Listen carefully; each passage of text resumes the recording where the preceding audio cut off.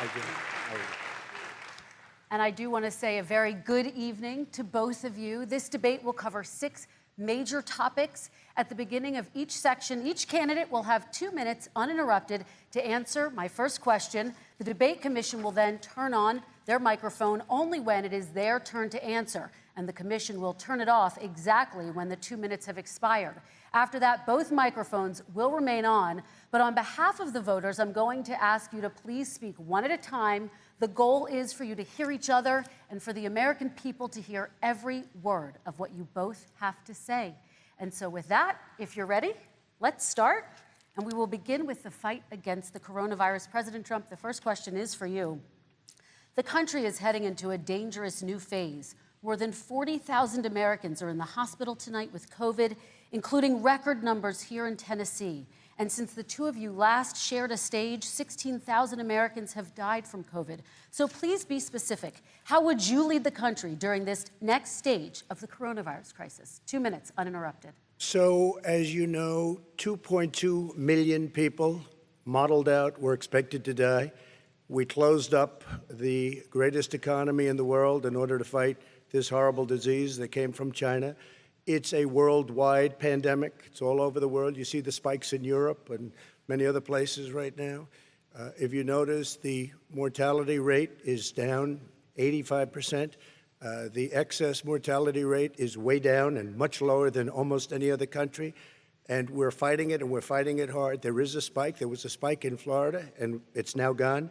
There was a very big spike in Texas. It's now gone. There was a very big spike in Arizona. It's now gone. And there are some spikes and surges in other places. They will soon be gone. We have a vaccine that's coming. It's ready.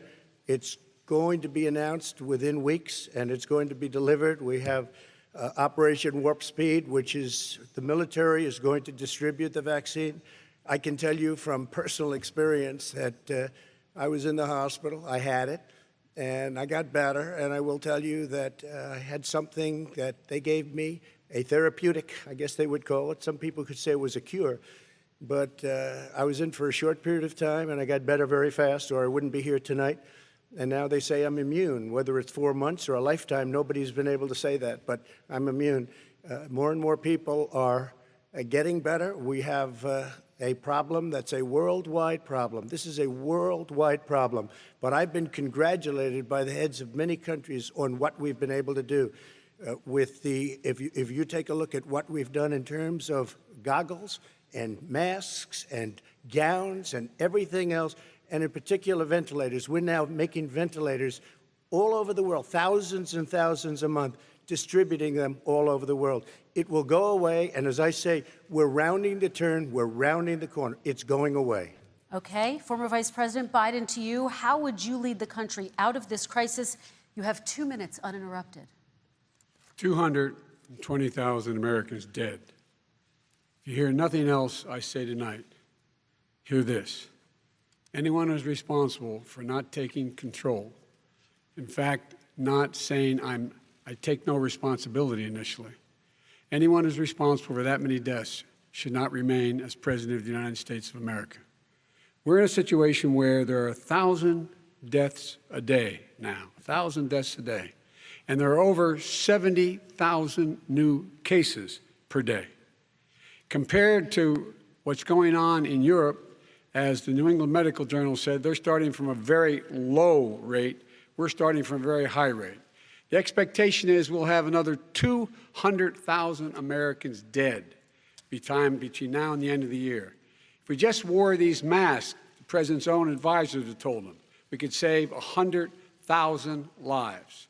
And we're in a circumstance where the president thus far and still has no plan, no comprehensive plan.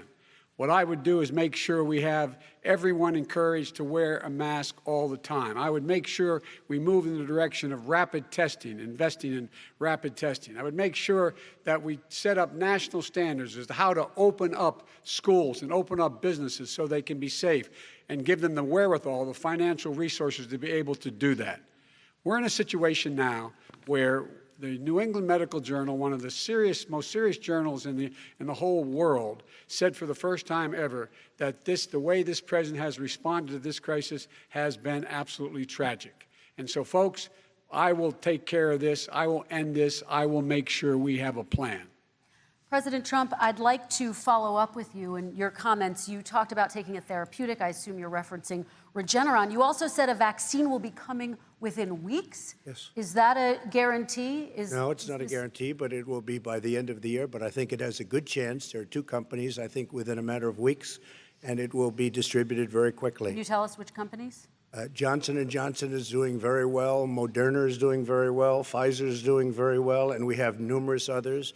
Then we also have others that we're working on very closely with other countries, in particular Europe.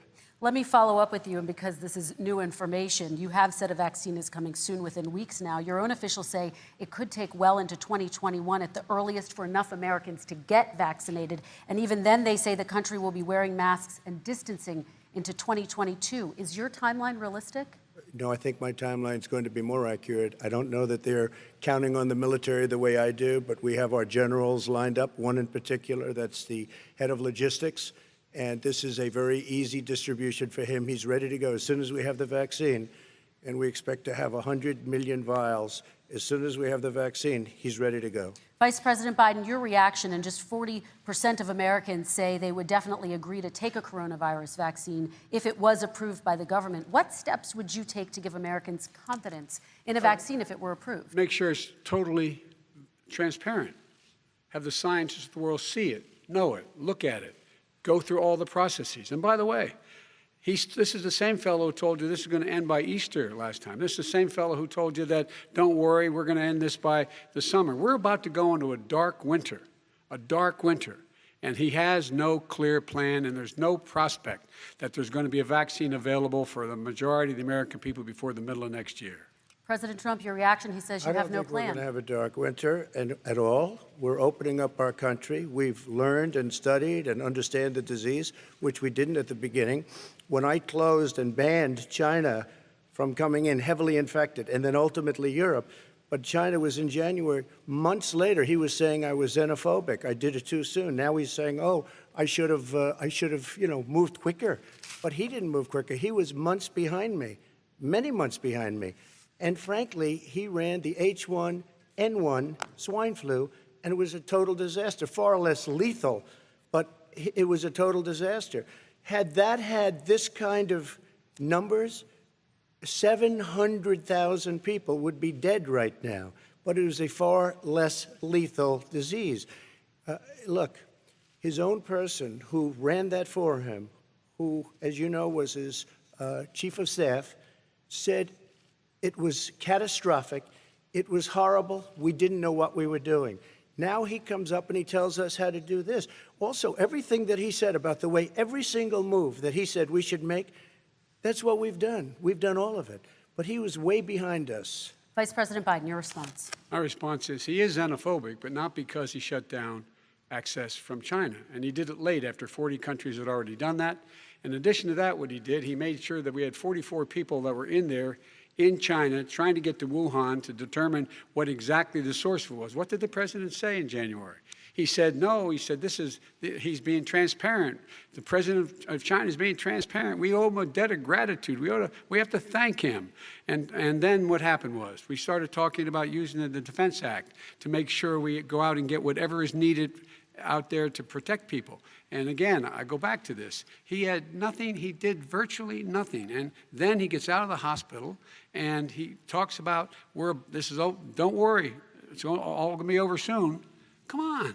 There's not another serious scientist in the world who thinks it's going to be over soon. President Trump, your reaction? I say over soon. I say we're learning to live with it. We have no choice. We can't lock ourselves up in a basement like Joe does. He has the ability to lock himself up. I don't know. He's obviously made a lot of money someplace, but he has this thing about living in a basement. People can't do that. By the way, I, as the president, couldn't do that. I'd love to put myself in the basement or in a beautiful room in the White House and go away for a year and a half until it disappears. I can't do that. And Kirsten, every meeting I had, and I'd meet a lot of families, including Gold Star families and military families, every meeting I had, and I had to meet them. I had to. It would be horrible to have canceled everything. I said, this is dangerous.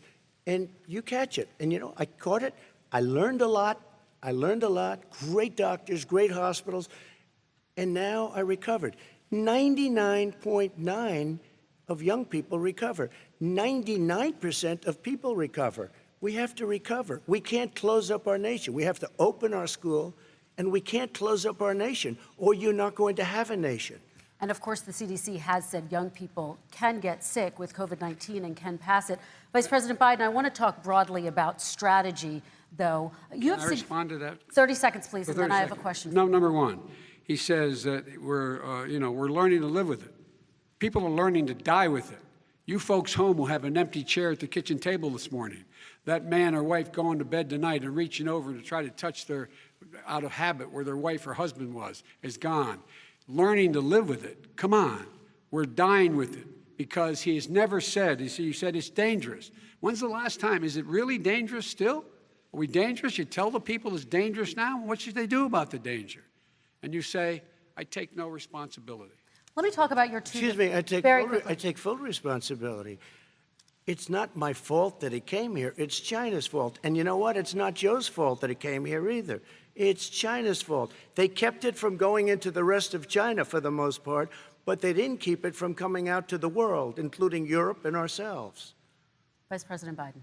The fact is that when we knew it was coming, when it hit, what happened? What did the president say? He said, don't worry, it's going to go away. Be gone by Easter. Don't worry. The warm weather. Don't worry. Maybe inject bleach. He said he was kidding when he said that, but a lot of people thought it was serious.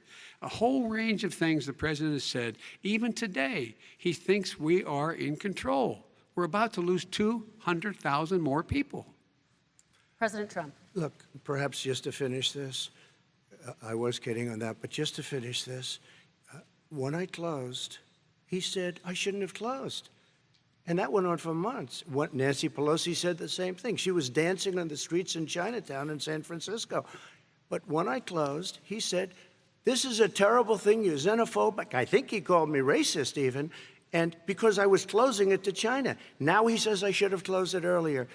It just, Joe, it doesn't work. I didn't say either of those things. You certainly did. You certainly I did. I talked about a xenophobia in a different context. It wasn't about closing the border to Chinese coming to the United States. All right, I want to talk about both of your different strategies to handling He thought this. I shouldn't have closed the border. Well, That's obvious. Do you want to respond to that quickly, Vice President No. Biden? Okay. Let's talk about your different strategies toward dealing with this. Mr. Vice President, you suggested you would support new shutdowns if scientists recommended it. What do you say to Americans who are fearful that the cost of shutdowns, the impact on the economy, the higher rates of hunger, depression, domestic and substance abuse outweighs the risk of exposure to the virus? What I would say is I'm going to shut down the virus, not the country. It's his ineptitude that caused the country to have to shut down in large part. Why businesses have gone under, why schools are closed, why so many people have lost their living, and why they're concerned. Those other concerns are real. That's why he should have been, instead of in a sand trap in his golf course, he should have been negotiating with Nancy Pelosi and the rest of the Democrats and Republicans about what to do about the acts they were passing for billions of dollars to make sure people had the capacity. But you haven't ruled out more shutdowns. Well, no, I'm not shutting down the nation, but there are, look, you need standards. The standard is if you have a reproduction rate in a community that's above a certain level, everybody says, slow up, more social distancing, do not open bars and do not open gymnasiums, do not open until you get this under control, under more control. But when you do open, give the people the capacity to be able to open and have the capacity to do it safely. For example, schools. Schools, they need a lot of money to open. They need to deal with ventilation systems. They need to deal with smaller classes, more teachers, more pods.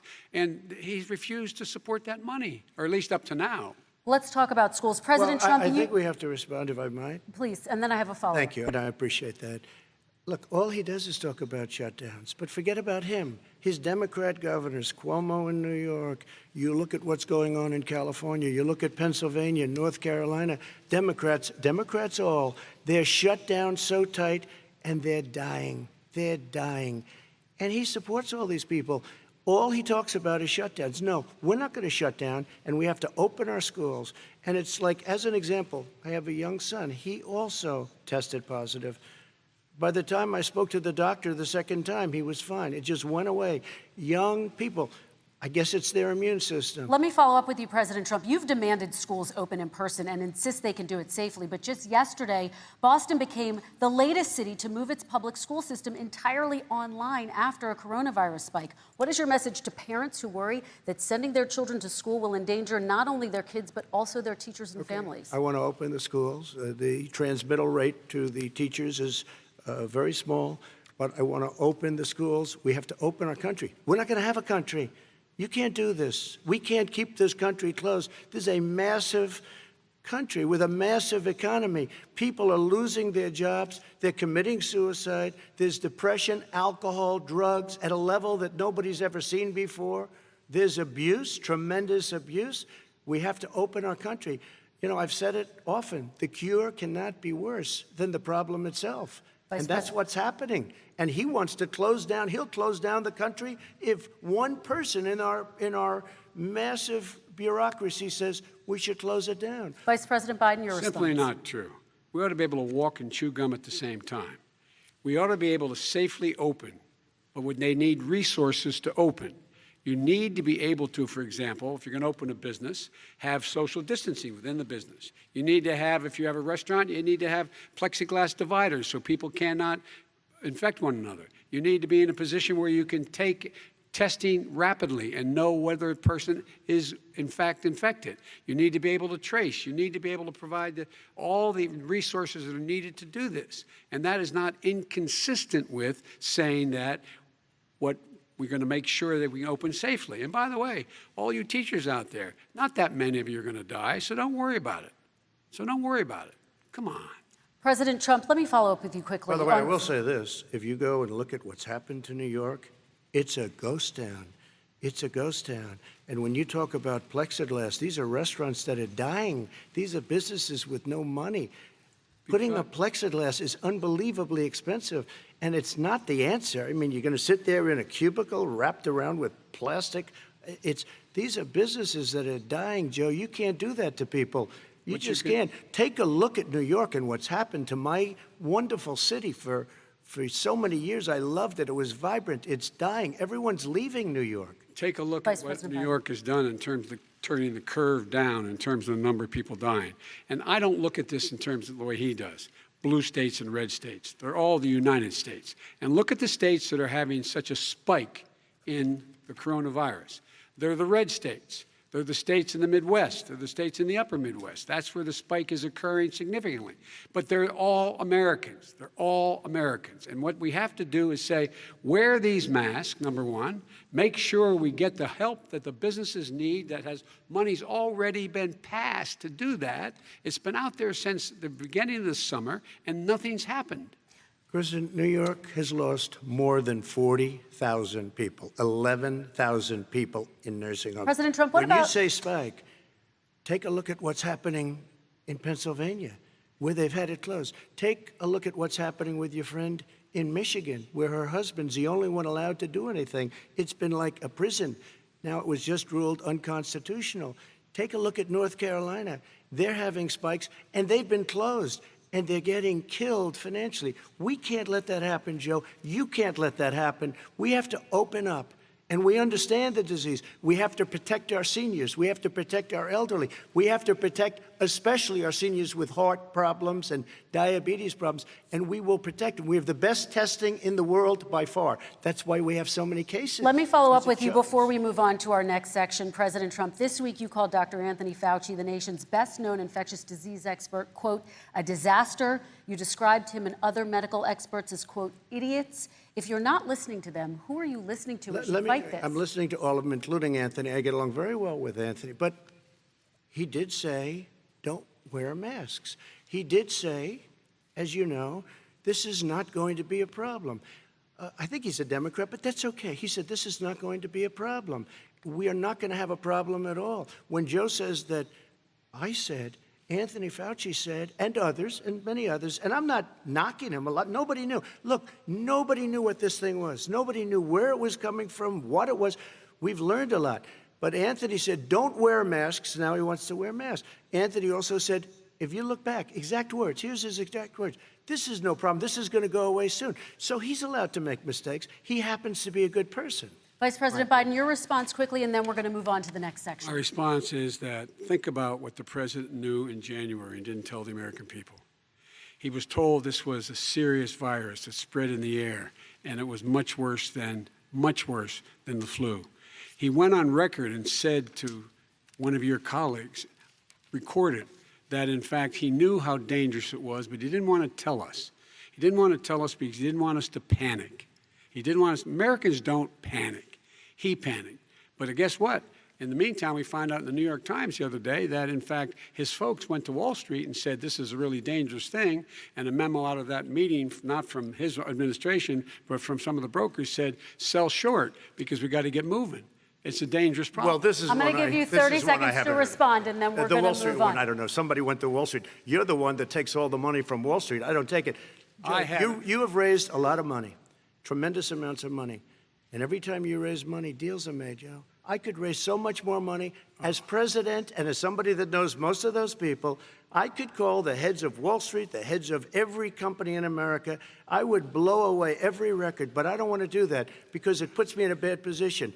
And then you bring up Wall Street. You shouldn't be bringing up Wall Street because you're the one that takes the money from Wall Street, not me. I could blow away your records that, like you wouldn't believe. We don't need money. We have plenty of money. In fact, we beat Hillary Clinton with a tiny fraction of the money that she was able to. All right, gentlemen, we're going to move on. Don't tell me about Wall Street. Average contribution, $43. All right, we're going to move on to our next section, which is national security. And I do want to start with the security of our elections and some breaking news from overnight. Just last night, top intelligence officials confirmed again that both Russia and Iran are working to influence this election. Both countries have obtained U.S. voter registration information, these officials say, and Iran sent intimidating messages to Florida voters. This question goes to you, Mr. Vice President. What would you do to put an end to this threat? You have 2 minutes uninterrupted. I made it clear, and I ask everyone else to take the pledge. I made it clear that any country, no matter who it is, that interferes in American elections will pay a price. They will pay a price. And it's been overwhelmingly clear this election, I won't even get into the last one, this election, that Russia has been involved, China has been involved to some degree, and now we learn that Iran is involved. They will pay a price if I'm elected. They're interfering with American sovereignty. That's what's going on right now. They're interfering with American sovereignty. And to the best of my knowledge, I don't think the president said anything to Putin about it. I don't think he's talking to them a lot. I don't think he said a word. I don't know why he hadn't said a word to Putin about it. And I don't know what he has recently said, if anything, to the Iranians. My guess is he'd probably be more outspoken with regard to the Iranians. But the point is this, folks. We are in a situation where we have foreign countries trying to interfere in the outcome of our election. His own national security advisor told him that what is happening with his buddy, I will. His buddy, Rudy Giuliani, he's being used as a Russian pawn. He's being fed information that is Russian, that is not true.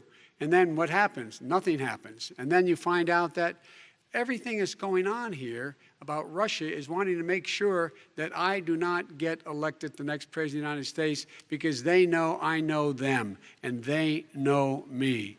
I don't understand why this president is unwilling to take on Putin when he's actually paying bounties to kill American soldiers in Afghanistan, when he's engaged in activities that are trying to destabilize all of NATO. I don't know why he doesn't do it, but it's worth asking the question, why isn't that being done? Any country that interferes with us will, in fact, pay a price because they're affecting our sovereignty. President Trump, same question to you. Let me ask the question. You're going to have 2 minutes to respond. For 2 elections in a row now, there has been substantial interference from foreign adversaries. What would you do in your next term to put an end to this? 2 minutes uninterrupted. Well, let me respond to the first part, as Joe answered. Joe got $3.5 million from Russia, and it came through Putin because he was very friendly with the former mayor of Moscow, and it was the mayor of Moscow's wife. And you got $3.5 million.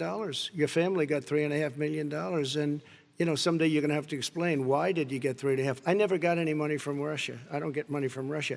Now, about your thing last night, I knew all about that. And through John Ratcliffe, who is fantastic, DNI, he said, the one thing that's common to both of them, they both want you to lose because there has been nobody tougher to Russia. Between the sanctions, nobody tougher than me on Russia. between the sanctions, between all of what I've done with NATO. You know, I've got the NATO countries to put up an extra $130 billion, going to $420 billion a year. That's to guard against Russia. I sold, while he was selling pillows and sheets, I sold tank busters to Ukraine. There has been nobody tougher on Russia than Donald Trump. And I'll tell you, they were so bad. They took over the submarine port. You remember that very well. During your term, during you and Barack Obama, they took over a big part of what should have been Ukraine. You handed it to them, but you were getting a lot of money from Russia. They were paying you a lot of money, and they probably still are. But now, with what came out today, it's even worse. All of the emails, the horrible emails of the kind of money that you were raking in, you and your family. And Joe, you were vice president when some of this was happening, and it should have never happened. And I think you owe an explanation to the American people. Why is it? Somebody just had a news conference a little while ago who was essentially supposed to work with you and your family, but what he said was damning. And regardless of me, I think you have to clean it up and talk to the American people. Maybe you can do it right now. Vice President Biden, you may respond. 30 seconds. And then I do want to follow up on the election security. I have not taken a penny from any foreign source ever in my life. We learned that this president paid 50 times the tax in China, has a secret bank account with China, does business in China, and in fact is talking about me taking money. I have not taken a single penny from any country whatsoever, ever. Number one. Number two, this is a president, I have released all of my tax returns, 22 years. Go look at them. 22 years of my tax return. You have not released a single solitary year of your tax return. What are you hiding? Why are you unwilling? The foreign countries are paying you a lot. Russia's paying you a lot. China's paying you a lot. And your hotels and all your businesses all around the country, all around the world. And China's building a new road to a new a golf course you have overseas. So what's going on here? Why don't release your tax return or stop talking about corruption? President Trump, your response. First of all, I called my accountants under audit. I'm going to release them as soon as we can. I want to do it, and it'll show how successful, how great this company is. But much more importantly than that, people were saying $750. I asked them a week ago, I said, what did I pay? They said, sir, you prepaid tens of millions of dollars. I prepaid my tax. Tens over the last number of years. Tens of millions of dollars I prepaid because at some point they think it's an estimate. They think I may have to pay tax. So I already prepaid it. Nobody told me that. Did your accountant Nobody tell you told when you you that. could release Excuse them? me. And it wasn't written whenever they write this. They keep talking about $750, which I think is a filing fee. But let me just tell you, I prepaid millions and millions of dollars in taxes. Number one. Number two, I don't make money from China. You do. I don't make money from Ukraine. You do. I don't make money from Russia. You made $3.5 million, Joe, and your son gave you. They even have a statement that we have to give 10% to the big man. You're the big man, I think. I don't know. Maybe you're not, but you're the big man, I think. Your son said we have to give 10% to the big man. Joe, what's that all about? It's terrible. All right, gentlemen, I want to ask you both some questions about all of this, but I'm going to let you both respond very quickly. You just said you spoke to your accountant about potentially releasing your taxes. Did he tell you when you can release them? Do you have a deadline for when you're going to release them to the American people? I get treated worse than the Tea Party got treated because I have a lot of people in there deep down in the IRS. They treat me horribly. We made a deal. It was all settled until I decide to run for president. I get treated very badly by the IRS, very unfairly. But we had a deal all done. As soon as we're completed with the deal, I want to release it. But I have paid millions and millions of dollars, and it's worse than paying. I paid in advance. It's called prepaying your taxes. I paid in advance. I want to ask you both about questions regarding your potential foreign entanglements and questions that have been raised to give you both a chance to talk about this more broadly. Respond very quickly, and then I'll get to my question. Why did he's been saying this for 4 years? Show us. Just show us. Stop playing around. You've been saying for 4 years you're going to release your taxes. Nobody knows it, Mr. President. What they do know is you're not paying your taxes, or you're paying taxes that are so low. When last time he said what he paid, he said, I only pay that little because I'm smart. I know how to game the system. Come on. Come on, folks. Very So quickly, President Trump, and then I want to get to two questions to both of you on this. I was put through a phony witch hunt for 3 years. It started before I even got elected. They spied on my campaign. No president should ever have to go through what I went through. Let me just say this. Mueller and 18 angry Democrats and FBI agents all over the place spent $48 million. They went through everything I had, including my tax returns, and they found absolutely no collusion and nothing wrong. 48 million. I guarantee you, if I spent 1 million on you, Joe, I could find plenty wrong. Because All the right. kind of things that you've done and the kind of monies that your family has taken, I mean, your brother made money in Iraq. Millions of dollars. Your other brother made a fortune, and it's all through you, Joe. And they say you get some of it, and you do live very well. You have houses all over the place. You live very well. All right, gentlemen, let me just ask some questions about all of this broadly. Vice President Biden, there have been questions about the work your son has done in China and for a Ukrainian energy company when you were vice president. In retrospect, was anything about those relationships inappropriate or unethical? Nothing was unethical. Here's what the deal. With regard to Ukraine, we had this whole question about whether or not, because he was on the board, I later learned of Burisma, a company, that somehow I had done something wrong. Yet every single solitary person, when he was going through his impeachment, testifying under oath who worked for him, said, I did my job impeccably. I carried out U.S. policy. Not one single solitary thing was out of line. Not a single thing, number one. Number two, the guy who got in trouble in Ukraine was this guy trying to bribe the Ukrainian government to say something negative about me, which they would not do and did not do because it never, ever, ever happened. My son has not made money in terms of this thing about, what are you talking about, China. I have not had, the only guy made money from China is this guy. He's the only one. Nobody else has made money from China. Never President to Trump, deal with let me China. By the ask way, my question to you. But and could then I just, you'll- one thing? Very quickly. His son didn't have a job for a long time, was sadly no longer in the military service. I won't get into that. And he didn't have a job. As soon as he became vice president, Burisma, not the best reputation in the world. I hear they paid him $183,000 a month. Listen to this. 183, and they gave him a $3 million upfront payment. All right. And he had no energy I'm going to let the vice president That's respond to that quickly, and then 100% I need to get to a dishonest. question to you. Very No quickly, basis Vice for that. Everybody investigated that. No one said anything he did was wrong in Ukraine. Okay, President Trump, this is for you. Since you took office, you've never divested from your business. You've personally promoted your properties abroad. A report this week, which was referenced, does indicate that your company has a bank account in China. So how can voters know that you don't have any foreign conflicts of interest? I have many bank accounts, and they're all listed, and they're all over the place. I mean, I was a businessman doing business. The bank account you're referring to, which is, everybody knows about it, it's listed. The bank account was in 2013.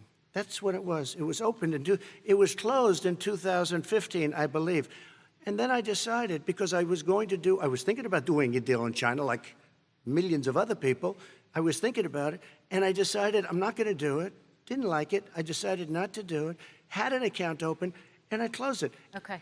Excuse me. And then, unlike him, where he's vice president and he does business, I then decided to run for president after that. That was before. So I closed it before I even ran for president, let alone became president.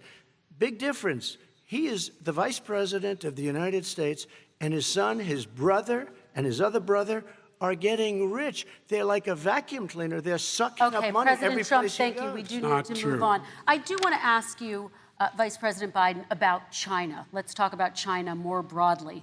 There have, of course, President Trump has said that they should pay for not being fully transparent in regards to the coronavirus. If you were president, would you make China pay? And please be specific. What would that look like? What I'd make China do is play by the international rules, not like he has done.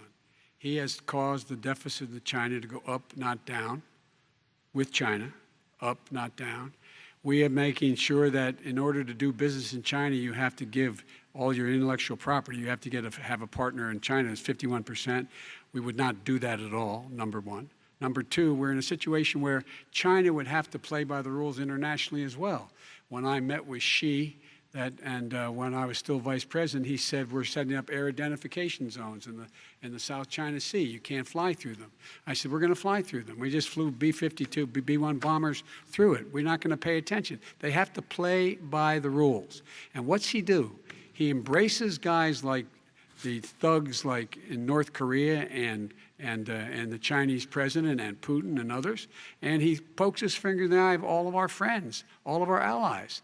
We make up we're 25% of the world's economy. We need to be having the rest of our friends with us saying to China, these are the rules. You play by them or you're going to pay the price for not paying by them economically. That's the way I will run it, and that's what we did in upholding steel tariffs and a range of other things when we were president and vice president. All right, let's talk about North Korea. Excuse me, no, I have to Yes. respond to that. Okay, very quickly, and then His we're son going to move walked on out to with North $1.5 Korea. billion from China to Not manage after true. spending 10 minutes in office and being in Air Force Two, number one. Number two, there's a very strong email talking about your family wanting to make $10 million a year for introductions. President Trump, on China policy, true. though, what No, but wait a specifically are minute. you going to do? What specifically are you going to do to make China pay? You've said you're going First to of make all, them pay. China is paying. They're paying billions and billions of dollars. I just gave New $28 billion. sanctions? New sanctions? I just gave $28 billion to our farmers. because Taxpayers' China, money. It's what? Taxpayers' money. Didn't No, come no, from yeah, China. you know who the taxpayer is? It's called China. China paid true. $28 billion, and you know what they did to pay it, Joe? They devalued their currency, and they also paid up. And you know who got the money? Our farmers, our great farmers, because they were targeted. You never charged them anything. Also, I charged them 25% on dumped steel because they were killing our steel industry. We were not going to have a steel industry. Okay. And now we have a steel Okay, industry. Vice President Biden, your response, please. Our response is, look, this isn't about, there's a reason why he's bringing up all this malarkey. There's a reason for it. He doesn't want to talk about the substantive issues. It's not about his family and my family. It's about your family. And your family's hurting badly. If you're making if you're a middle-class family, you're getting hurt badly right now. You're sitting at the kitchen table this morning deciding, well, we can't get new tires, they're bald because we have to wait another month or so. Or are we going to be able to pay the mortgage? Or who's going to tell her she can't go back to community college? They're the decisions you're making in the middle-class families like I grew up in Scranton and Claymont. They're in trouble. We should be talking about your families, but that's the last thing he wants to talk about. I want That is a to talk about typical North statement. Korea. Excuse me, just I do for want 1 to turn second, to please. 10 seconds, Mr. President. That's 10 a seconds. typical political statement. Let's get off this China thing, and then he looks, the family, around the table, everything. Just a typical politician when I see that. Let's talk about I'm not North a typical Korea now. politician. Okay, That's why I got President Trump. elected. Let's Get off the subject of China. Let's talk sitting around the table. All right. Come on, Joe, you can do better. We're going to talk about North Korea now. President Trump, you've met with North Korean leader Kim Jong-un 3 times. You've talked about your beautiful letters with him. You've touted the fact that there hasn't been a war or a long-range missile test. And yet North Korea recently rolled out its biggest ever intercontinental ballistic missile and continues to develop its nuclear arsenal. Do you see that as a betrayal of the relationship you forged? Just 30 seconds here because we need to get on to the next. So when I met with Barack Obama, we sat in the White House right at the beginning, had a great conversation. It was supposed to be 15 minutes, and it was well over an hour. He said the biggest problem we have with North Korea. He indicated we will be in a war with North Korea. Guess what? It would be a nuclear war, and he does have plenty of nuclear capability. In the meantime, I have a very good relationship with him. Different kind of a guy, but he probably thinks the same thing about me. We have a different kind of a relationship. We have a very good relationship, and there's no war. And you know, about 2 months ago, he broke into a certain area. They said, oh, there's going to be trouble. I said, no, they're not, because he's not going to do that. And I was right. Look, instead of being in a war where millions of people, Seoul, you know, is 25 miles away, millions and millions, 32 million people in Seoul, millions of people would be dead right now. President we Trump, don't have that's a war, 30 and seconds. I have a good Thank relationship. you. Vice President Biden, to you. North Korea conducted 4 nuclear tests under the Obama administration. Why do you think you would be able to rein in this persistent threat? Because I'd make it clear, which we were making clear to China, they had to be part of the deal. Because here's I made it clear, and as a spokesperson of the administration when I went to China, that they said, why are you moving your missile defense up so close? Why are you moving more forces here? Why are you continuing to do military maneuvers with South Korea. I said, because North Korea is a problem, and we're going to continue to do it so we can control them. We're going to make sure we can control them and make sure they cannot hurt us. And so if you want to do something about it, step up and help. If not, it's going to continue. What has he done? He's legitimized North Korea. He's talked about his good buddy, who's a thug, and he talks about how we're better off. And they have much more capable missiles, able to reach U.S. territory much more easily than ever did before. Let me follow up with you, Vice President Biden. You've said you wouldn't meet with Kim Jong-un without preconditions. Are there any conditions under which you would meet with him? On the condition that he would agree that he would be drawing down his nuclear capacity to get the Korean Peninsula should be nuclear-free zone. All right, let's move on to American families. Kristen, they tried Very to quickly, meet with 10 him. seconds, They President. tried to meet with him. He wouldn't do it. He didn't like Obama. He didn't like him. He wouldn't do it. Okay, I know gotta for give him a fact they chance to tried. respond to that He before we wouldn't move do on. it. You And know, that's okay. You know what? North Korea, we're not in a war. We have a good relationship. You know, people don't understand. Having a good President relationship Trump, with we have leaders to of move other on, 'cause we countries have is a lot a of good thing. We have a lot of questions to get Yes, to. not That's Your like response. saying we had a good relationship with Hitler before he, in fact, invaded Europe, the rest of Europe. Come on. The reason he would not meet with President Obama is because President Obama said, we're going to talk about denuclearization. We're not going to legitimize you, and we're going to continue to put stronger and stronger sanctions on you. That's why he wouldn't meet with us. All right, And let's it didn't move happen. on. Let's Excuse move on me. and talk about He left American me a families. mess, Kristen. President Trump, okay, we do They need to move left on. me a mess. North Korea was a mess. We And need in to fact, move if on you so that remember we the can get first to all 2 or of our 3 other months, questions tonight, there was a President very Trump. dangerous period in my first 3 months before we sort of worked things out a little bit. Okay. There was a they left us a mess. And Obama would be, I think, the first to say it was the single biggest problem he thought that our country had. Okay, let's move on to American families and the economy. One of the issues that's most important to them is health care, as you both know. Today, there was a key vote on a new Supreme Court Justice, Amy Coney Barrett, and health care is at the center of her confirmation fight. Over 20 million Americans get their health insurance through the Affordable Care Act. It's headed to the Supreme Court, and your administration, Mr. President, is advocating for the court to overturn it. If the Supreme Court does overturn that law, those 20 million Americans could lose their health insurance almost overnight. So what would you do if those people have their health insurance taken away? You have 2 minutes uninterrupted. Sure. First of all, I've already done something that nobody thought was possible. Through the legislature, I terminated the individual mandate. That is the worst part of Obamacare, as we call it. The individual mandate where you have to pay a fortune for the privilege of not having to pay for bad health insurance. I terminated. It's gone. Now it's in court because Obamacare is no good. But then I made a decision. Run it as well as you can to my people, great people. Run it as well as you can. I could have gone the other route and made everybody very unhappy. They ran it. Premiums are down. Everything's down. Here's the problem. No matter how well you run it, it's no good. What we'd like to do is terminate it. We have the individual mandate done. I don't know that it's going to work. If we don't win, we will have to run it, and we'll have Obamacare, but it'll be better run. But it no longer is Obamacare, because without the individual mandate, it's much different.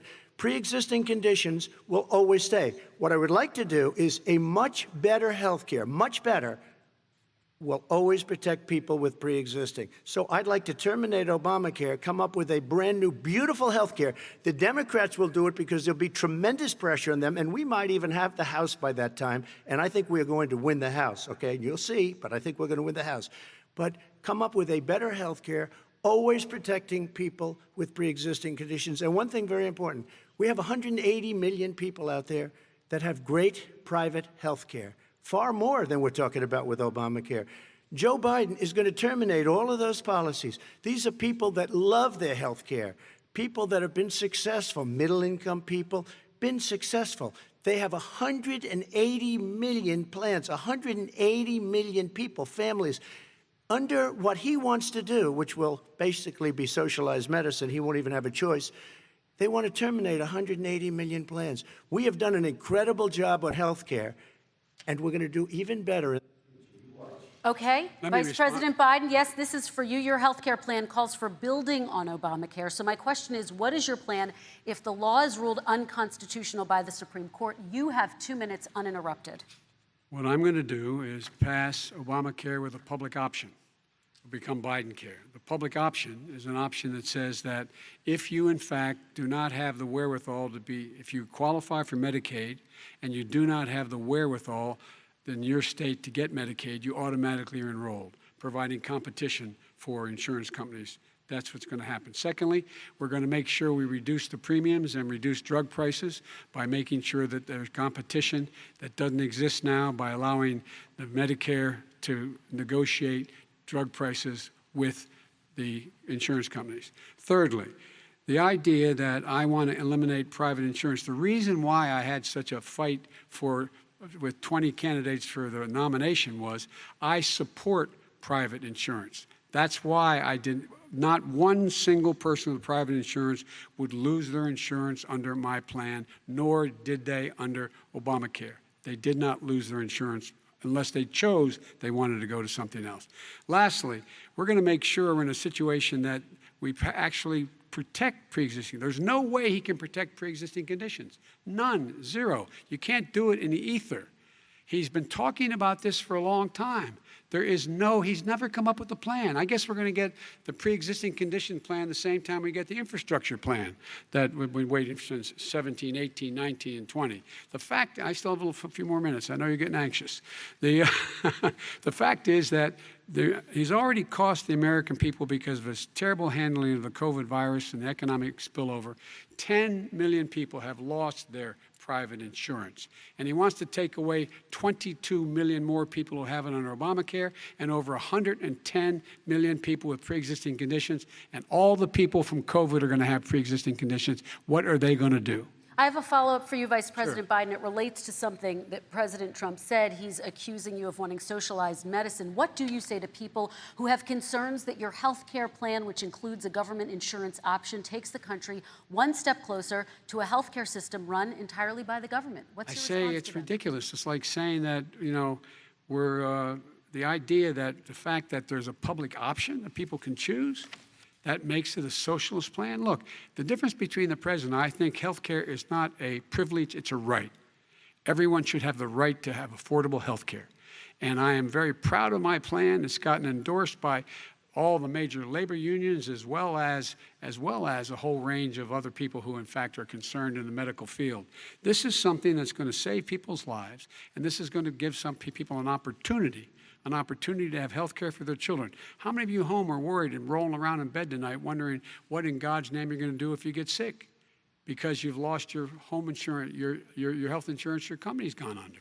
We have to provide health insurance for people at an affordable rate, and that's what I do. President Trump, Excuse me, he was your there response. for 47 years. He didn't do it. He was now there as vice president for 8 years, and it's not like it was 25 years ago. It was 3 3/4. It was just a little while ago, right? Less than 4 years ago. He didn't do anything. He didn't do it. He wants socialized medicine, and it's not that he wants it. His vice president, she is more liberal than Bernie Sanders and wants it even more. Bernie Sanders wants it. The Democrats want it. You're going to have socialized medicine, just like he went with fracking. We're not going to have fracking. We're going to stop fracking. We're going to stop fracking. Then he goes to Pennsylvania after he gets a nomination, where he got very lucky to get it. And he goes to Pennsylvania and he says, oh, we're going to have fracking. And you never asked that question. And by the way, so far, I respect very much the way you're handling this, I have to say. By the way. But somebody should ask the question. You can ask he goes for a year. There will be no fracking. We have a number of topics we're going to get to. That's a big question. We're going to get to. It's the same thing with socialized medicine. I have to respond. Vice President, your response, please. My response is people deserve to have affordable health care, period. Period, period, period. And the Biden care proposal will, in fact, provide for that affordable health care, lower premiums. What we're going to do is going to cost some money. It's going to cost over $750 billion over 10 years to do it. And they're going to have lower premiums. You can buy into the better plans, the cheaper plans, lower your premiums, deal with unexpected billing, and have your drug prices drop significantly. He keeps talking about it. He hasn't done a thing for anybody on health care. Not a thing. Tristan, when Very he quickly, says, then I want to talk about when he what's says happening on public Capitol option, Hill. he's talking about socialized medicine and and health care. When he talks about a public option, he's talking about destroying your Medicare, totally destroyed, and destroying your Social Security. And this whole country will come down. You know, Bernie Sanders tried it in his state. He tried it in his state. His governor was a very liberal governor. They wanted to make it work. Okay, It let's was let Vice President impossible Biden to work. respond. It doesn't Vice work. President He's Biden, a very your confused response. guy. He thinks he's running against somebody else. He's running against Joe Biden. I beat all those other people because I disagreed with them. Joe Biden he's running against. And the idea that we're in a situation that are going to destroy Medicare, this is the guy that the actuary at Medicare said, if in fact, at Social Security, if in fact he continues to withhold his plan to withhold the tax on Social Security will be bankrupt by 2023 with no way to make up for it. This is the guy who's tried to cut Medicare. So I mean, the idea that Donald Trump is lecturing me on Social Security and Medicare? Come on. He tried to get 10 rid of seconds, He Mr. tried to President, hurt and then I Social have to go to Security another years question. ago. Years ago. Go back and look at the records. He tried to hurt Social Security years ago. All One right, thing, let's move but on. this I'm is going to the move guy on. that Let when me, they announced Mr. President, I have last to move week- on to the next one. Look, the idea that the stock market is booming is his only measure of what's happening. Where I come from in Scranton and Claymont, the people don't live off of the stock market. Just in the last three years during this crisis, the billionaires in this country made, according to the Wall Street, $700 billion more dollars. $700 billion more dollars, because that's his only measure. What happens to the ordinary people out there? What happens to them? Let's talk about what's happening on Capitol Hill. We're going to Kristen, move on, gentlemen. 401ks are through the roof. We're gonna People's move on. stock are through the roof. All And right. he doesn't come from Scranton. That's like he lived there for a short period of time before he even knew it. We're going to move on to and the he next left. question. And the people of Pennsylvania Let me will move show on you to my that. next question, They gentlemen. understand. As of tonight, more than 12 million people are out of work. And as of tonight, 8 million more Americans have fallen into poverty, and more families are going hungry every day. Those hit hardest are women and people of color. They see Washington fighting over a relief bill. Mr. President, why haven't you been able to get them the help they need? 30 seconds here. Because Nancy Pelosi doesn't want to approve it. I do. But you're the president. I do, but I still have to get. Unfortunately, that's one of the reasons I think we're going to take over the House, because of her. Nancy Pelosi doesn't want to approve anything because she'd love to have some victories on a date called November 3rd. Nancy Pelosi does not want to approve it. We are ready, willing, and able to do something. Don't forget, we've already approved 3 plans, and it's gone through, including the Democrats, in all fairness. This one she doesn't want. It's near the election because she thinks it helps her politically. I think it hurts her politically. All right, Mr. Vice President, You know, the Republican leader in the United States Senate said he can't pass it. He will not be able to pass it. He does not have Republican votes. Why isn't he talking to his Republican friends? let me follow up with you, Vice President we made a Biden, deal, the because Republicans let me will ask pass Vice it. President Biden a question. You are the leader of the Democratic Party. Why have you not pushed the Democrats to get a deal for the American people? Well, I have, and they have pushed it. Look, they passed this act all the way back in the beginning of the summer. This is like it's not new. It's been out there. This HEROES Act has been sitting there. And look at what's happening. When I was in charge of the Recovery Act with $800 billion, I was able to get $145 billion to local communities that have to balance their budgets and states that have to balance their budgets, so then have to fire firefighters, teachers, first responders, law enforcement officers, so they can keep their cities and counties running. He will not support that. They have not done a thing for them. And Mitch McConnell said, let them go bankrupt. Let them go bankrupt. Come on. What's the matter with The these bill that was guys? passed in the House was a bailout of badly run, high-crime, Democrat, all run by Democrats, cities and states. It was a way of getting a lot of money, billions and billions of dollars to these states. It was also a way of getting a lot of money from our people's pockets to people that come into our country illegally. We were going to take care of everything for them. And what that does, and I'd love to do that, I'd love to help them, but what that does, everybody all over the world will start pouring into our country. We can't do it. This was a way of taking care of them. This was a way of spending on things that had nothing to do with COVID, as per your question. But it was really a big bailout for badly run Democrat cities and states. All right, By the I way, want if to. I get elected, I'm running as a proud Democrat, but I'm going to be an American president. I don't see red states and blue states. What I see is American, United States. And folks, every single state out there finds themselves in trouble. They're going to start laying off, whether they're red or blue, cops, firefighters, first responders, because teachers, because they have to balance their budget. And the founders were smart. They allowed the federal government to deficit spend to compensate for the United States of America. I want to talk about the minimum wage, gentlemen. Mr. Vice President, we are talking a lot about struggling small businesses and business owners these days. Do you think this is the right time to ask them to raise the minimum wage? You, of course, support a $15 federal minimum wage. I do, because I think one of the things we're going to have to do is we're going to have to bail them out, too. We should be bailing them out now, those small businesses. You got 1 in 6 of them going under. They're not going to be able to make it back. They passed a package that allows us to be able to call PPP. Money is supposed to go to help them do everything from organize how they can deal with their businesses being open safely. Schools, how they can make classrooms smaller, how they can hire more teachers, how they can put ventilation systems in. They need the help. The businesses as well as the schools need the help. But these guys will not help them.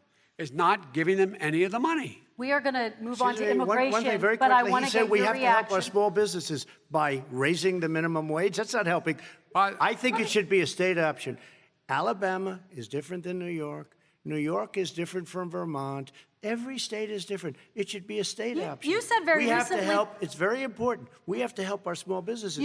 How are you helping your small businesses when you're forcing wages? What's going to happen, and what's been proven to happen, is when you do that, these small businesses fire many of their employees. You said very recently you would by the way. consider raising the federal minimum wage to $15 an hour. You said recently you would consider raising the federal minimum wage to $15 an hour. Is that still the case? And I would consider it to an extent, but In a what I second really administration? like, in a second administration, but not to a level that's going to put all these businesses out of business.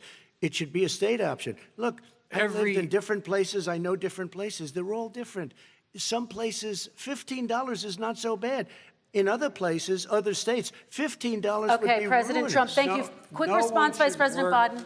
2 jobs, 1 job, be below poverty.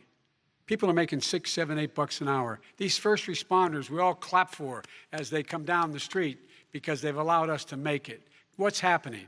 They deserve a minimum wage of $15. Anything below that puts you below the poverty level. And there is no evidence that when you raise the minimum wage, businesses go out of business. That is simply not true. We're going to talk about immigration. We're going to talk about immigration now, gentlemen, and we're going to talk about families within this context. Mr. President, your administration separated children from their parents at the border, at least 4,000 kids. You've since reversed your zero-tolerance policy, but the United States can't locate the parents of more than 500 children. So how will these families ever be reunited? Children are brought here by coyotes and lots of bad people, cartels, and they're brought here, and they used to use them to get into our country. We now have as strong a border as we've ever had. We're over 400 miles of brand new wall. You see the numbers, and we let people in, but they have to come in legally, and they come in through merit. But how will you reunite these kids with their families, Let me just tell you, Mr. President? they built cages. You know, they used to say, I built the cages, and then they had a picture in a certain newspaper, and it was a picture of these horrible cages, and they said, look at these cages. President Trump built them, and then it was determined they were built. In 2014, that was him. Do you have a plan to reunite the kids? Yes, with we're their working on families? it we're trying very hard. But a lot of these kids come out without the parents. They come over through cartels and through coyotes and through gangs. Vice President Biden, let me bring you into this 525 conversation. Quick response and then another question to you. These 500-plus kids came with parents. They separated them at the border to make it a disincentive to come to begin with. Real tough. We're really strong. And guess what? They cannot, it's not coyotes didn't bring them over. Their parents were with them. They got separated from their parents. And it makes us a laughing stock and violates every notion of who we are as a nation. Let me ask you a follow-up Kristen, question. they did it. We changed the policy. Your response they to that? They did it. We changed. did not They built the separate cages. the Who built the cages, Joe? Let's talk about what Who we're built the talking about. cages, Let's Joe? talk about what we're talking about. What happened? Parents were ripped, their kids were ripped from their arms and separated. And now they cannot find over 500 sets of those parents, and those kids are alone. Nowhere to go. Nowhere to go. It's criminal. It's criminal. Let me ask Kristen, you I about will say this. immigration. They went 10 down. We seconds, and brought then I need to ask a reporters, question. everything. They are so well taken care of. They're in facilities that were so clean. But some that of have them gotten haven't been such reunited But with their just ask families. one question. Who built the cages? I'd love you to ask him that. Who built the cages? Let me ask about your immigration policy, Mr. Vice President. The Obama administration did fail to deliver immigration reform, which had been a key promise during the administration. It also presided over record deportations as well as family detentions at the border before changing course. So why should voters trust you with an immigration overhaul now? Because we made a mistake. It took too long to get it right. It took too long to get it right. I'll be president of the United States, not vice president of the United States. And the fact is, I've made it very clear. Within 100 days, I'm going to send to the United States Congress a pathway to citizenship for over 11 million undocumented people. And all of those so-called dreamers, those DACA kids, they're going to be immediately certified again to be able to stay in this country and put on a path to citizenship. The idea that they are being sent home by this guy, and they want to do that, is they've gone to a country they've never seen before. I can imagine you're 5 years old, your parents are taking you across the Rio Grande River, and it's illegal. And you say, oh, no, Mom, leave me here. I'm not going to go with you. They've been here. Many of them are model citizens. Over 20,000 of them are first responders out there taking care of people during this crisis. We owe them. We owe them. President Kristen, Trump, he your had reaction. 8 years to do what he said he was going to do.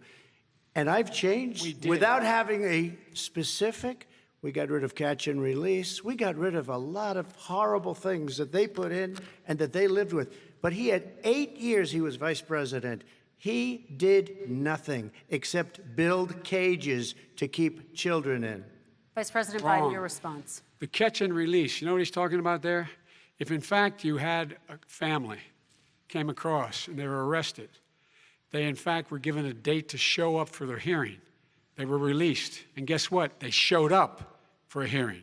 And this is the first president in the history of the United States of America that anybody seeking asylum has to do it in another country. That's never happened before in America. That's never happened before in America. You come to the United States and you make your case that I seek asylum based on the following premise, why I deserve it under American law. They're sitting in squalor on the other side of the river.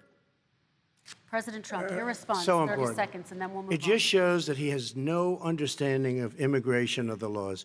Catch and release is a disaster. A murderer would come in, a rapist would come in, a very bad person would come in. We would take their name. We have to release them into our country. And then you say they come back. Less than 1% of the people come back. We have to send ICE out and Border Patrol out to find them. We would say, come back in 2 years, 3 years. We're going to give you a court case. You need Perry Mason. We're going to give you a court case. When you say they come back, they don't come back, Joe. They never come back. Only the really, I hate to say this, but those with the lowest IQ, they might come back. Okay, But they're President very, Trump, let's very give few. Vice President Biden a chance to respond, and then we're going to move on to the You next don't know section. the law, Joe. Vice President Biden, your response. Know the law, what he's telling you is simply not true. Well, check it out. They don't come back. Check it out. All right, let's move on But we don't have to the worry next about it because they section. terminated it, so we don't have to worry about Let's it move anymore. on to the next And you have section. 525 kids not knowing where in God's name they're going to be and lost their parents. Go ahead. All right, let's talk about our next section, which is race in America. And I want to talk about the way Black and brown Americans experience race in this country. Part of that experience is something called the talk. It happens regardless of class and income. Parents who feel they have no choice but to prepare their children for the chance that they could be targeted, including by the police, for no reason other than the color of their skin. Mr. Vice President, in the next 2 minutes, I want you to speak directly to these families. Do you understand why these parents fear for their children? I do. I do. You know, my daughter is a social worker, and she's written a lot about this. She has a graduate degree from the University of Pennsylvania in social work. And you know, one of the reasons why I ended up working on the east side of Wilmington, Delaware, which is 90% African American, was to learn more about what was going on. I never had to tell my daughter, if she's pulled over make sure she puts, for a traffic stop, put both hands on top of the wheel and don't reach for the glove box because someone may shoot you. But a black parent, no matter how wealthy or how poor they are, has to teach their child when you're walking down the street, don't have a hoodie on when you go across the street. Making sure that you, in fact, if you get pulled over, yes, yes, sir, no, sir, hands on top of the wheel, because you are, in fact, the victim, whether you're a person making child of a $300,000 a year person or someone who's on food stamps. The fact of the matter is there is institutional racism in America. And we have always said, we've never lived up to it, that we hold these truths to be self-evident. All men and women are created equal. But guess what? We have never, ever lived up to it, but we've always constantly been moving the needle further and further to inclusion, not exclusion. This is the first president to come along and says, that's the end of that. We're not going to do that anymore.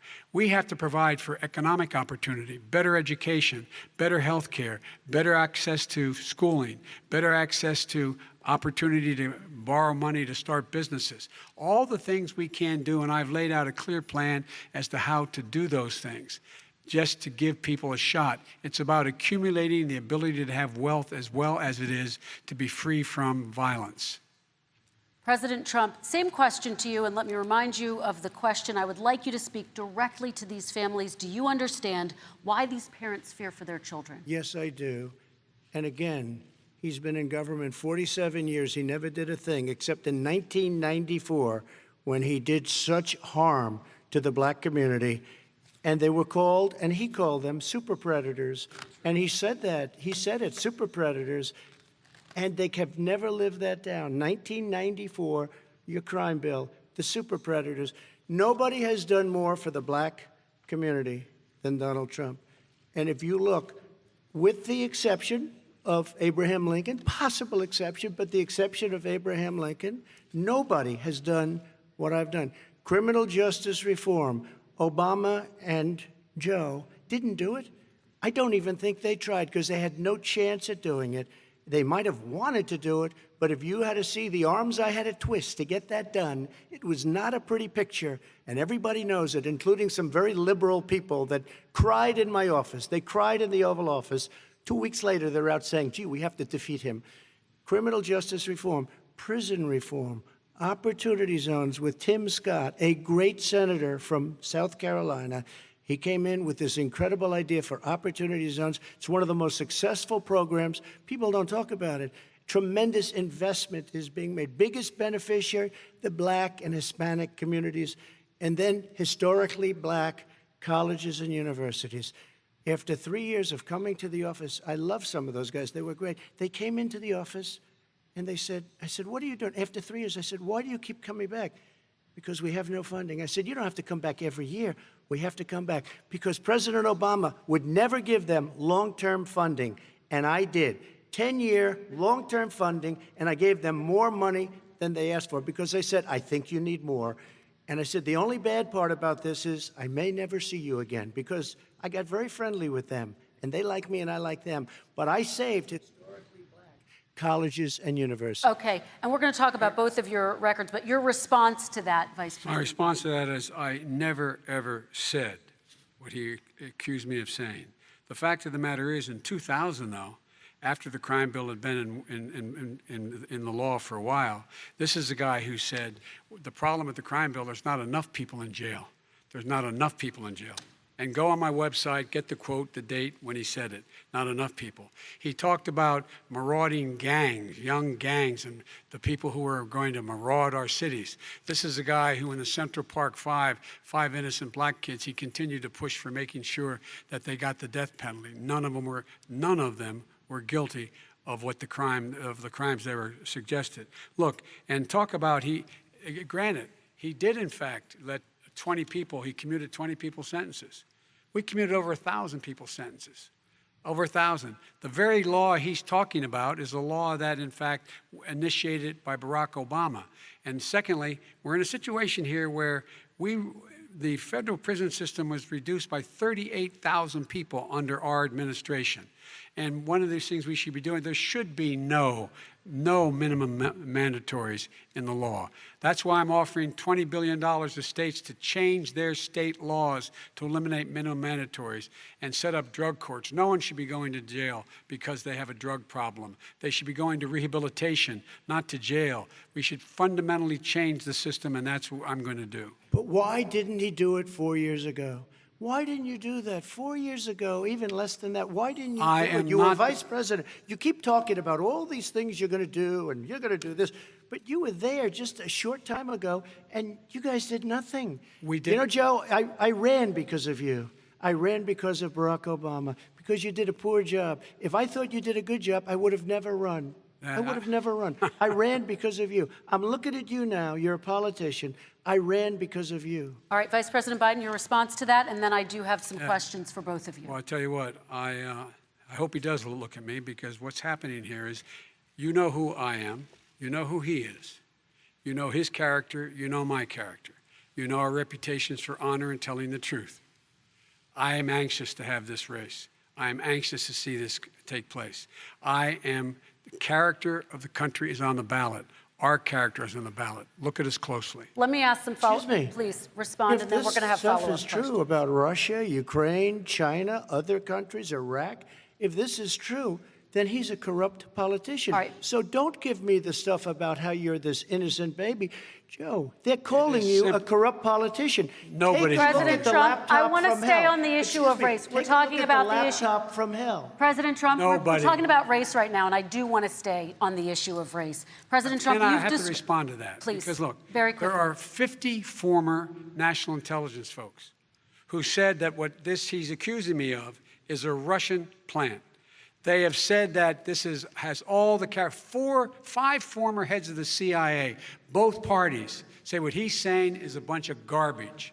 Nobody believes it except his and his good friend Rudy Giuliani. You mean the laptop is now another Russia hoax? And You that's gotta exactly be. what- Is this that's where you're exactly going? what This was is where told. he's going. The All laptop is Russia, Yes. Gentlemen, Russia. I want to stay on the issue of race. You okay? have to be kidding. Here we Mr. go President, again with Russia. We're going to continue Boy, on the boy. issue of race. Mr. President, believe you've that one. described the Black Lives Matter movement as a symbol of hate.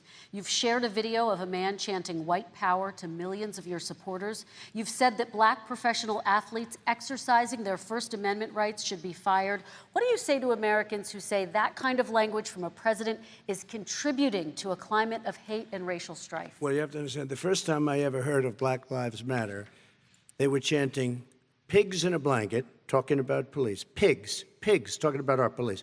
Pigs in a blanket, fry them like bacon. I said, that's a horrible thing. And they were marching down the street.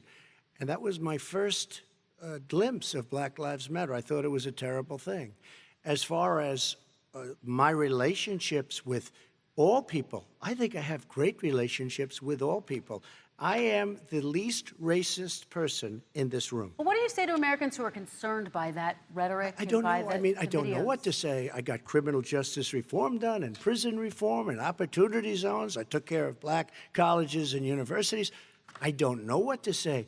They can say anything. I mean, they can say anything.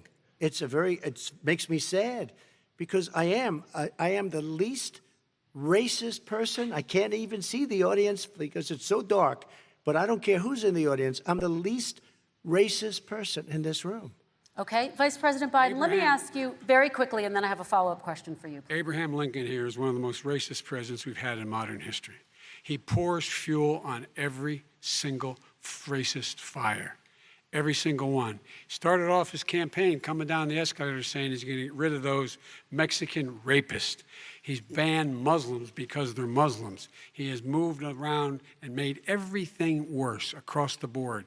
He says about the poor boys, last time we were on stage here, he said, I told them to stand down and stand ready. Come on.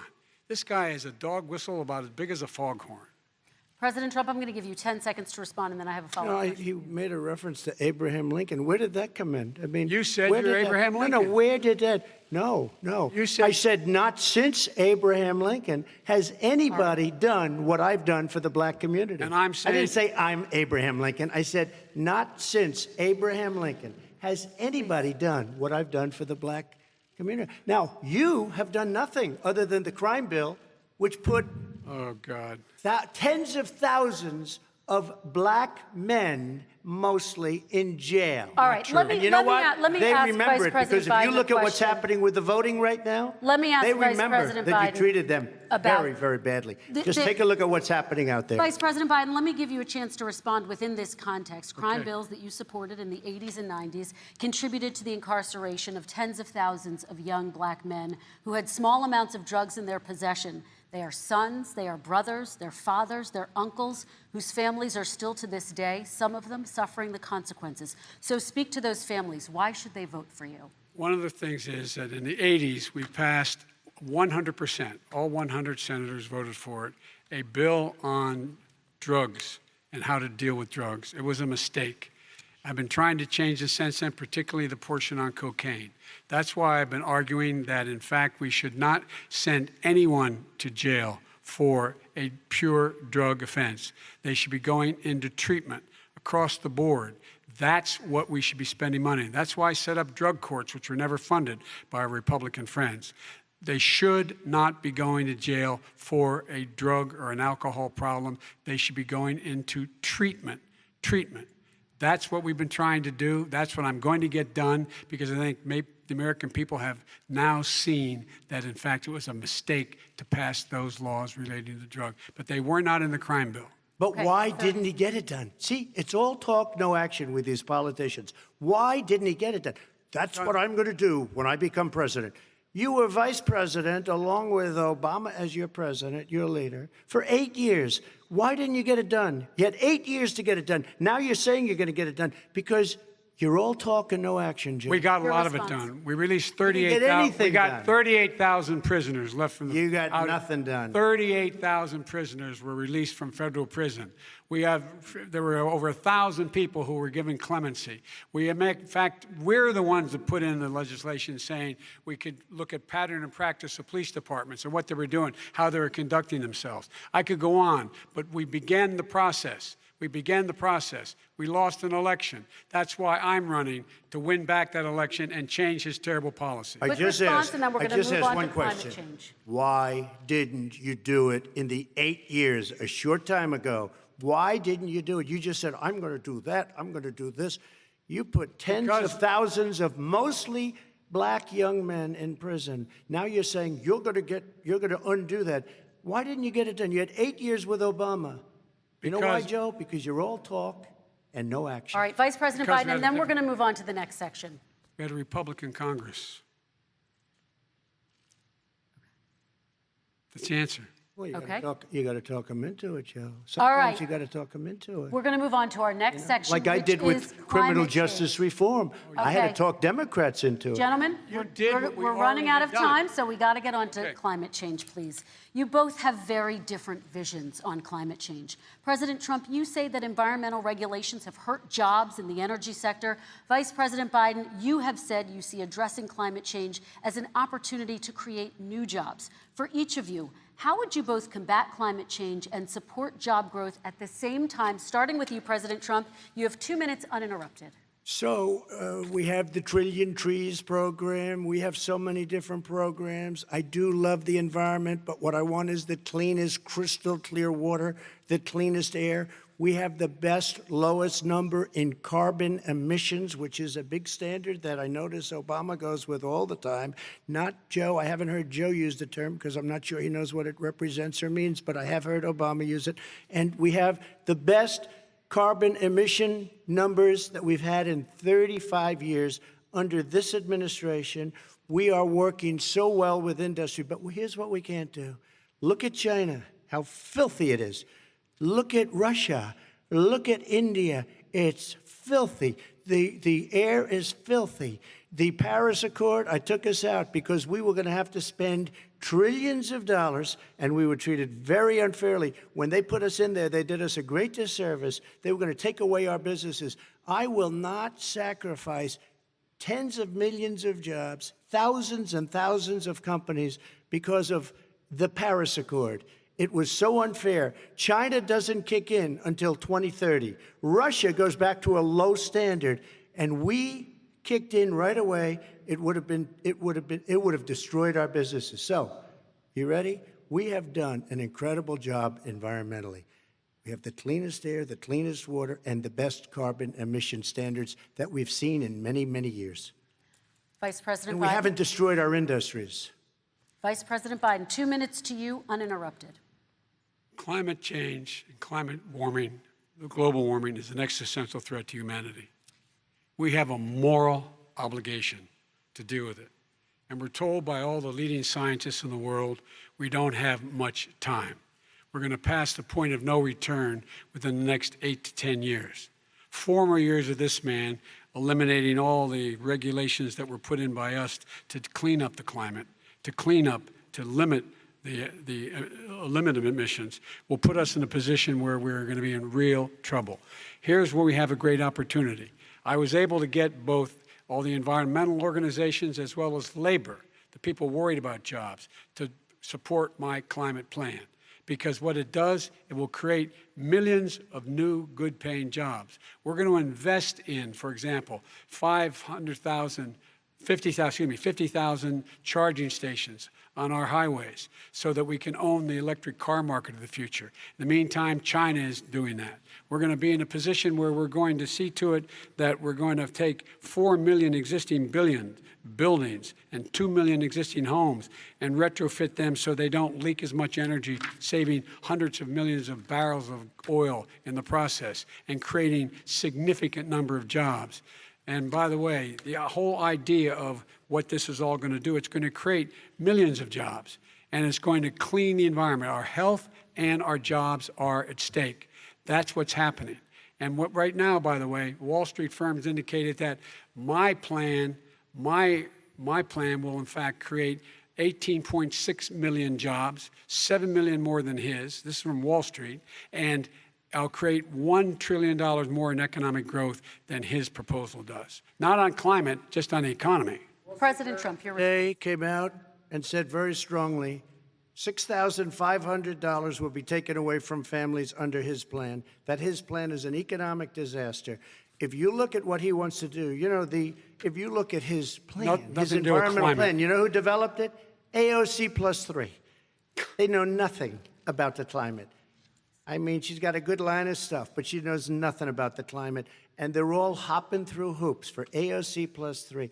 Look, their real plan costs $100 trillion. If we had the best year in the history of our country for 100 years, we would not even come close to a number like that. When he says buildings, they want to take buildings down because they want to make bigger windows into smaller windows. As far as they're concerned, if you had no window, it would be a lovely thing. This is the craziest plan that anybody has ever seen. And this wasn't done by smart people. This wasn't done by anybody. Frankly, I don't even know how it can be good politically. Right. They want to spend $100 trillion. That's their real number. He's trying to say it was 6. It's $100 trillion. They want to knock down buildings and build new buildings with little, tiny, small windows. I mean, and many other things. Okay. And many other things. Let me have the Vice President It respond, is and we're running out of crazy. time, and we have a lot And more you'll questions to destroy get our to. country. So let's hear from the Vice President. I have a number more questions. I don't know where he comes from. I don't know where he comes up with these numbers. Queens. $100 trillion. Give me a break. This plan was endorsed by every major environmental group and every labor group. Labor, because they know the future lies. The future lies in us being able to breathe, and they know there are good jobs in getting us there. And by the way, the fastest growing industry in America is solar energy and wind. He thinks wind causes cancer, windmills. It's the fastest growing jobs, and they pay good prevailing wages, $45, $50 an hour. We can grow and we can be cleaner if we go the route I'm proposing. President Trump, Excuse me. please We are respond, and then I have some We are follow-ups. energy independent for the first time. We don't need all of these countries that we had to fight war over because we needed their energy. We are energy independent. I know more about wind than you do. It's extremely expensive, kills all the birds. It's very intermittent. It's got a lot of problems, and they happen to make the windmills in both Germany and China. And the fumes coming up, if you're a believer in carbon emission, the fumes coming up to make these massive windmills is more than anything that we're talking about with natural gas, which is very clean. One other thing. Find me a scientist that said that. I love solar, but solar doesn't quite have it yet. It's not powerful yet to really run our big, beautiful factories that we need to compete with the world. So False. It's all a pipe dream. But you know what we'll do? We're going to have the greatest economy in the world. But if you want to kill the economy, get rid of your oil industry. You want, and what about fracking? All right, Now let me let me allow Vice President Biden to I respond. never said I oppose fracking. You said it on tape. I did. Show the tape. Put it on your website. I'll put it on. Put it on the website. The fact of the matter is Show he's the list. flat lying. Would you rule out banning fracking? I do rule out banning fracking because the answer, we need other industries to transition to get to ultimately a complete zero emissions by 2025. What I will do with fracking over time is make sure that we can capture the emissions from the fracking, capture the emissions from gas. We can do that, and we can do that by investing money and doing it. But it's a transition to that. I have one more question in this pod, and then we have. He was against fracking. He said it. I will show that to you tomorrow. I am against fracking. Until he got the nomination, went to Pennsylvania, then he said, but you know what, Pennsylvania? He'll be against it very soon because his party is totally against it. Fracking on federal land, I said. No fracking and/or oil on federal land. Let me ask this final question in this section, and then I want to move on to our final section. President Trump, people of color are much more likely to live near oil refineries and chemical plants. In Texas, there are families who worry the plants near them are making them sick. Your administration has rolled back regulations on these kinds of facilities. Why should these families give you another 4 years in office? The families that we're talking about are employed heavily, and they're making a lot of money, more money than they've ever made. If you look at the kind of numbers that we produce for Hispanic, for Black, for Asian, it's 9 times greater, the percentage gain, than it was in 3 years, than it was under 8 years of the 2 of them, to put it nicely. 9 times more. Now, somebody lives, I have not heard the numbers or the statistics that you're saying, but they're making a tremendous amount of money economically. We saved it, and I saved it again a number of months ago when oil was crashing because of the pandemic. Okay. We saved it. We got, say what you want about relationship, we got Saudi Arabia, Mexico, and Russia to cut back, way back. We saved our oil industry, and now it's very vibrant again. All right. And everybody has very inexpensive gasoline. Remember Vice President Biden, your response, and then we're going to have a final question for both of you. My response is that those people live on what they call fence lines. He doesn't understand this. They live near chemical plants that, in fact, pollute, chemical plants and oil plants and refineries that pollute. I used to live near that when I was growing up in Claymont, Delaware. And all the more oil refineries in Marcus Hook and the Delaware River than there is any place, including in Houston at the time. When my mom get in the car and when there was first frost to drive me to school, turning the windshield wiper, there'd be oil slick in the window. That's why so many people in my state were dying and getting cancer. The fact is, those frontline communities, it doesn't matter what you're paying them, it matters how you keep them safe. What do? And you impose restrictions on the pollutions the pollutants coming out of those fence line communities. Okay, I have one final question. Would he close down the oil industry? It falls. Would you close down the oil industry? By the way, I would transition from the oil industry, yes.